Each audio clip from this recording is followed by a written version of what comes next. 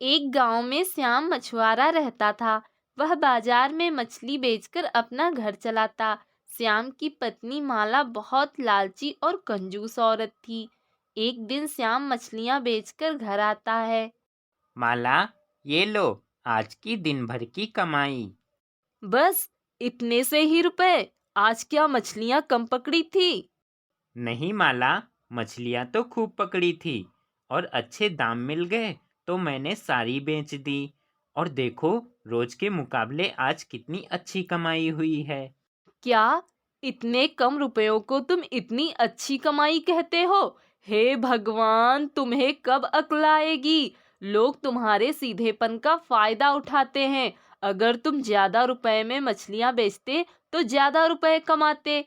नहीं माला, ऐसी बात नहीं है। मुझे ईमानदारी से काम करना अच्छा लगता है। लोग मुझसे खुश रहते हैं। लोग तुमसे खुश होते होंगे, पर मैं नहीं। देखो, अब मैं और इस गरीबी को नहीं झेल सकती। मुझे ढेर सारे रुपए चाहिए, वरना मैं अपने घर चली जाऊंगी और तुम अपनी ईमानदारी लेकर बैठना, समझे? माला की बातें सुनकर श्याम उदास होकर नदी के किनारे बैठा होता है। भगवान, माला को मैं कैसे समझाऊं? ज्यादा लालच अच्छी बात नहीं। मैं अपनी ईमानदारी से जितना कमाता हूँ उतने में मुझे खुशी मिल जाती है। पर माला को तो ढेर सारे पैसे चाहिए। अब मैं उसे इतने सारे पैसे कहाँ से लाके दूं? तभी अचानक नदी से एक पेड़ निकलता है। वह पेड़ बहुत ही शानदार होता है, जिसे देखकर श्याम आश्चर्यचकित रह जाता है। अरे, ये क्या? नदी से पेड़ निकला? ये मैं क्या देख रहा हूँ? ये सच है या सपना? श्याम, तुम कोई सपना नहीं देख रहे। ये सब कुछ सच है। श्याम, मैं एक जादुई पेड़ हूँ। मैंने तुम्हारी सारी बातें सुनी। तुम बहुत दयावान और ईमानदार हो। मैं तुमसे प्रसन्न हुआ, इसलिए मैं तुम्हें ये उपहार देना चाहता हूँ। जादुई पेड़ श्याम को एक खजाने से भरी मटकी देता है और वापस नदी में चला जाता है। ये क्या? इस मटकी में तो काफी सारा खजाना है। जल्दी से इसे घर ले जाता हूँ। श्याम उस खजाने से भरी मटकी को लेकर घर आता है। कहाँ गए थे आप? मैं कब से आपका इंतजार कर रही हूँ। और ये आपके हाथ में मटकी कैसी है? माला, देखो मैं क्या लेकर आया हूँ। तुमने कहा था ना, तुम्हें अमीर बनना है। हाँ, इस मटकी में तो सच में खजाना है। ये कहाँ से ले आए आप? तभी श्याम माला को नदी के जादुई पेड़ की सारी बात बताता है। अरे वाह, ये हुई ना बात। आज आपने कमाल कर दिया। एक झटके में आपने मेरे सारे सपने पूरे कर दिए। माला खजाने की मटकी देखकर बहुत खुश होती है। अब वह गांव में लोगों को दिखाती है कि वह अमीर हो गई है। सारे गांव में श्याम को खजाने की मटकी मिलने की चर्चाएं होने लगीं। अरे बहन माला, मैंने सुना है तुम्हें खूब सारा खजाना मिला है। अब तो तुम बहुत अमीर हो गई हो। हाँ हाँ, सही कहा तुमने। पता है, पूरे गांव में मेरे जितना अमीर आज कोई नहीं है। मैं जो चाहूँ वो खरीद सकती हूँ। इतना कहकर माला चली जाती है। देखा बहन, कितना घमंड हो गया है इसे अपनी अमीरी का। हाँ बहन, लालची और कंजूस तो ये पहले से ही थी, अब तो घमंडी भी हो गई है। पास खड़ा गांव का बिरजू उनकी सारी बातें सुन रहा था। कई दिनों से सुन रहा था कि श्याम को खजाना मिला है। आज तो माला के मुंह से सुनकर पूरा यकीन हो गया। सोच रहा हूँ आज रात ही चोरी कर लेता हूँ। कई दिनों से चोरी भी नहीं की है। काफी बड़ा खजाना हाथ लगेगा। उसी रात बिरजू श्याम के घर चुपके से खजाने से भरी मटकी चुरा लेता है। सुबह जब माला देखती है, हाय ये क्या, खजाने की मटकी कहाँ गई? यहीं तो रखी थी, कहाँ गायब हो गई? क्या हुआ माला? अरे, खजाने की मटकी गायब हो गई। मुझे लगता है जरूर उस जादुई पेड़ ने ही गायब की होगी। जाओ और अभी जाकर उसे वापस मांग कर लाओ। माला, ये तुम क्या कह रही हो? भला जादुई पेड़ ऐसा क्यों करेगा? और मैं पेड़ से खजाना मांगने नहीं जाऊंगा। और तुम भी इतना लालच मत करो। ठीक है, तुम मत जाओ, लेकर बैठो अपनी ईमानदारी। मैं तो जाऊंगी। माला नदी के पास जाती है और जादुई पेड़ को आवाज लगाती है। तभी जादुई पेड़ नदी से निकलता है। जादुई पेड़, तुमने जो खजाने की मटकी दी थी, वो वापस क्यों ले ली? नहीं, मैंने वो मटकी वापस नहीं ली। परंतु यदि तुम्हें ऐसा लगता है तो ये लो, मैं तुम्हें दूसरी खजाने की मटकी दे रहा हूँ। दूसरी खजाने की मटकी लेकर माला घर आ जाती है और बहुत खुश होती है। वाह, मजा आ गया, मुझे वापस खजाना मिल गया। अब माला एक बड़ा घर बनवा लेती है और खूब ऐशो आराम से रहने लगती है। एक दिन माला कहती है, अब मुझे और भी खजाना चाहिए, खर्चे भी तो बढ़ गए हैं। माला, ऐसा मत करो। अब हमें अपनी मेहनत पर भी निर्भर रहना चाहिए। ज्यादा लालच अच्छी बात नहीं। तुम चुप रहो, मुझे मत सिखाओ कि मुझे क्या करना है। तुम अपनी ईमानदारी लेकर बैठो। माला फिर से नदी के पास जाती है और जादुई पेड़ को आवाज लगाती है। जादुई पेड़ नदी से बाहर आता है। बोलो माला, अब क्या हुआ? जादुई पेड़, तुमने जो मुझे खजाने की मटकी दी थी, वो तो चोरी हो गई। अब मैं क्या करूं? ठीक है, ये लो, एक और खजाने की मटकी। माला फिर खजाने की मटकी लेकर आ जाती है। वाह वाह, क्या बात है, कितना मजा आ रहा है। मुझे फिर से खजाना मिल गया, पर ये भी तो जल्दी ही खत्म हो जाएगा। मैं एक काम करती हूँ, एक बार और मांग लेती हूँ, फिर ढेर सारा खजाना हो जाएगा। बस करो माला, अपने लालच पर काबू रखो। हद मत करो। अरे तुम चुप रहो, मैं जो कर रही हूँ मुझे करने दो, समझे? माला फिर से नदी के पास जाकर जादुई पेड़ को आवाज देती है। अब क्या हुआ माला? जादुई पेड़, ये क्या? तुमने जो मुझे खजाने की मटकी दी थी, वो तो खाली थी, उसमें खजाना ही नहीं था। ठीक है, अगर ऐसी बात है तो तुम घर जाओ। इस बार तुम्हें सब कुछ बदला हुआ मिलेगा। माला जैसे ही घर आती है, वह देखती है उसका घर वापस से झोपड़ी में बदल जाता है और सारा खजाना गायब हो जाता है। अरे, ये क्या? ये सब कैसे हो गया? तभी उसी जादुई पेड़ की आवाज आती है। दुष्ट औरत, ये सब तेरे लालच का परिणाम है। माला, मैंने कहा था ना, ज्यादा लालच अच्छी बात नहीं। पर तुमने तो लालच की हद ही पार कर दी। तुमने कभी मेरी बात मानी ही नहीं। मुझे माफ कर दीजिए, आज मैं समझ गई हूँ, लालच का परिणाम हमेशा बुरा ही होता है। एक गांव में सालनी अपनी बेटी नीलू के साथ एक झोपड़ी में रहती थी। सालनी बहुत ही गरीब थी। वह गांव के ही अमीर सेठ मूलचंद के घर झाड़ू बर्तन करके अपना और अपनी बेटी का गुजारा करती। सालनी रोज की तरह नीलू को लेकर काम पे जाती है। तभी रास्ते में नीलू बच्चों को स्कूल जाते देखती है। माँ, देखो सभी बच्चे स्कूल जा रहे हैं। माँ, मुझे भी स्कूल जाना है, मेरा नाम स्कूल में लिखवा दो ना, मैं भी पढ़ने जाऊंगी। हाँ बेटी, इस बार जब मालकिन मुझे तनख्वाह देंगी तो मैं तेरा नाम स्कूल में लिखवा दूंगी। सालनी सेठ के घर आती है और काम करने लगती है। नीलू पास में रखे कूड़ादान के पास बैठकर खेलने लगती है। नीलू रोज सेठ के घर पर रखे कूड़ादान के साथ खेलती और उससे बातें करती। सालनी सारा काम समाप्त कर लेती है। तभी उसके मालिक सेठ मूलचंद और उसकी पत्नी सुजाता आती है।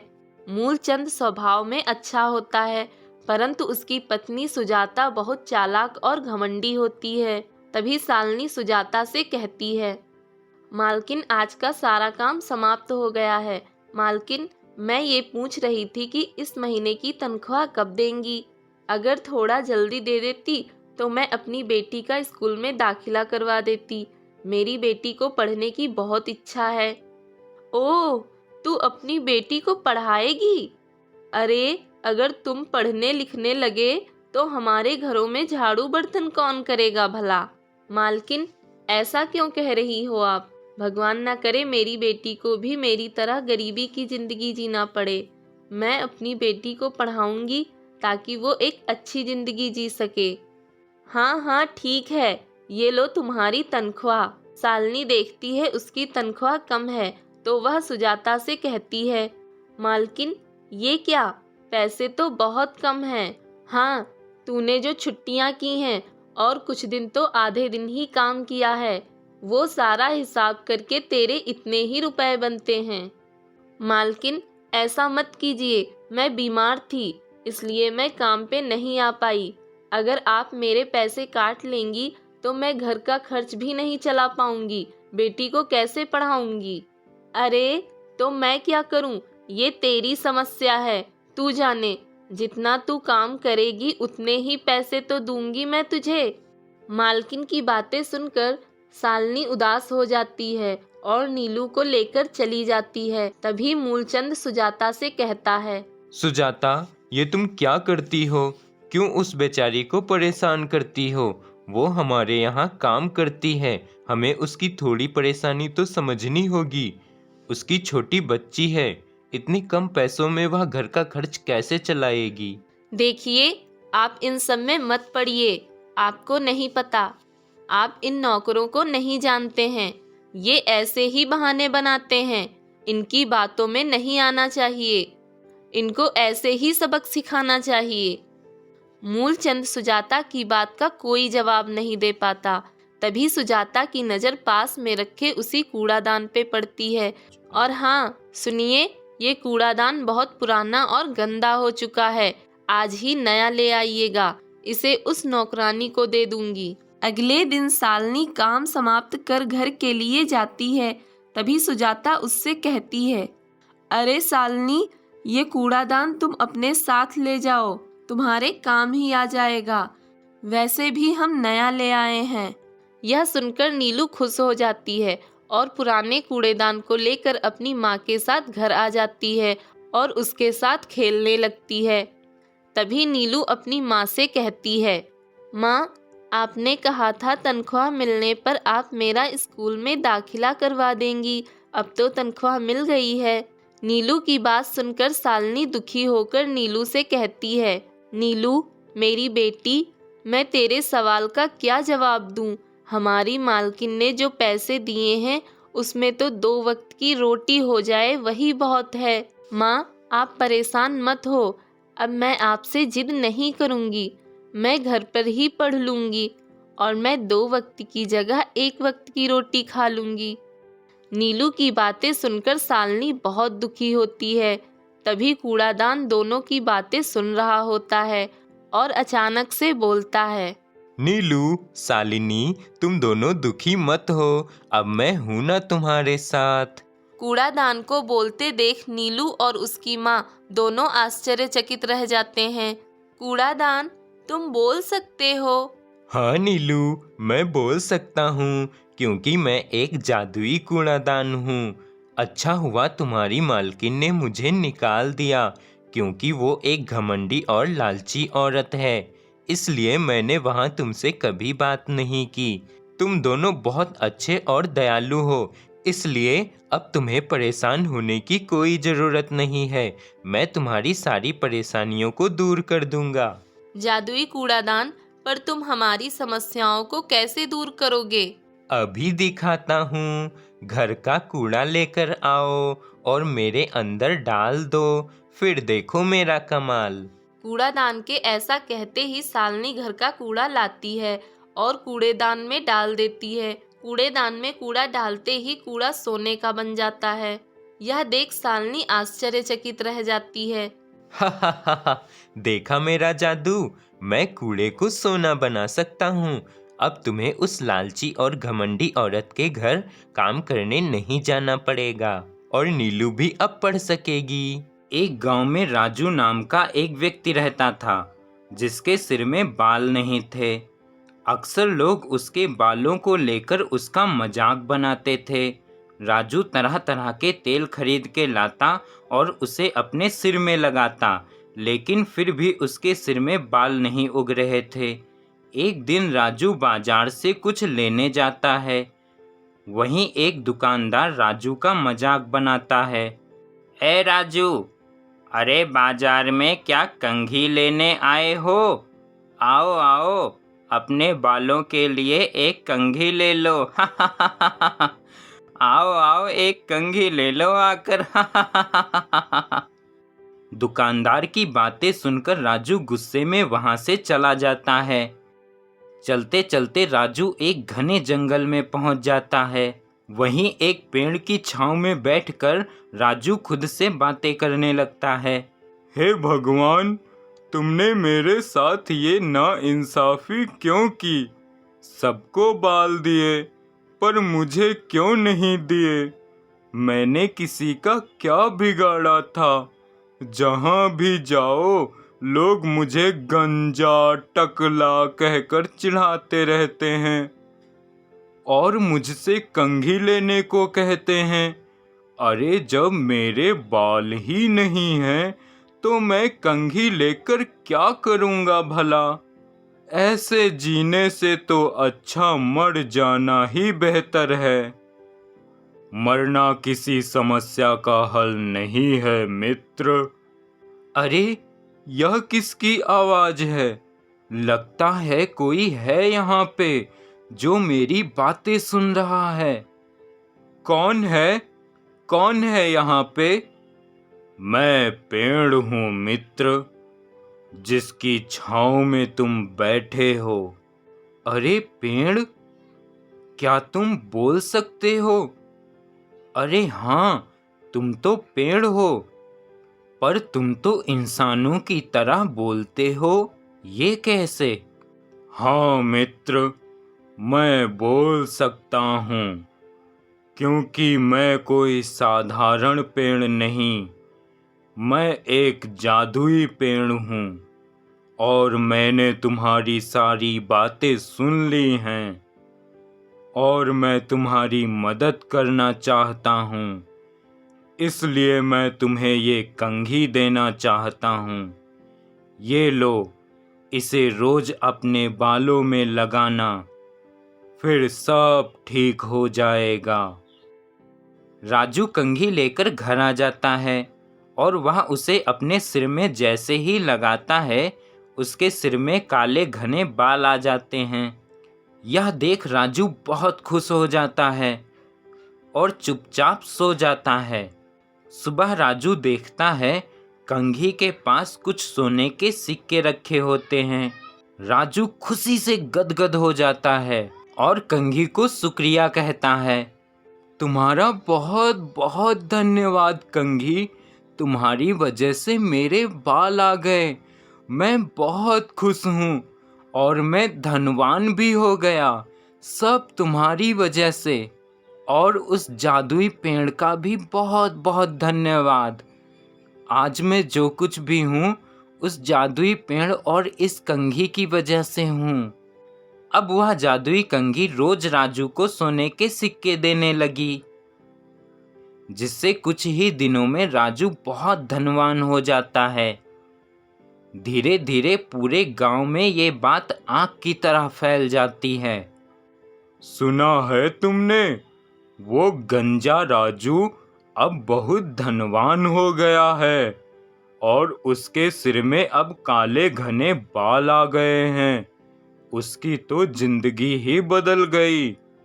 हाँ हाँ, वो गरीब राजू अब गरीब नहीं रहा और ना ही अब वह गंजा रहा। अब तो उसके सिर पे काले घने बाल आ गए हैं और बहुत ही अमीर हो गया है, पता नहीं कैसे। तभी वहीं से राजू गुजरता है तो सभी गांव वाले राजू को देखते ही रह जाते हैं।